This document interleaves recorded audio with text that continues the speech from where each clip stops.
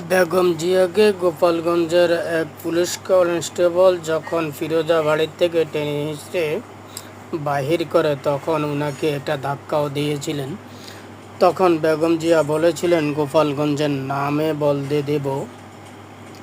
আর সে বেগম জিয়ার নেতাকর্মীরা গোপালগঞ্জের পক্ষ নিয়ে জামাতের বিরুদ্ধে কথা বলছে এবং এনসিপির বিরুদ্ধে কথা বলছে। যখন এনসিপির লোকেরা এবং জামাতের লোকেরা গোপালগঞ্জের বিরোধিতা করছে, সেখানে সন্ত্রাস দমনের কথা বলছে।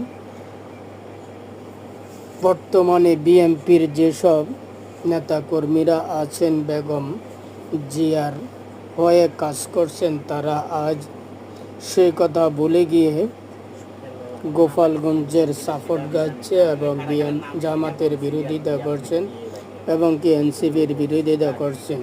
খুবই দুঃখজনক ব্যাপার। বিএনপির হয়ে জামাত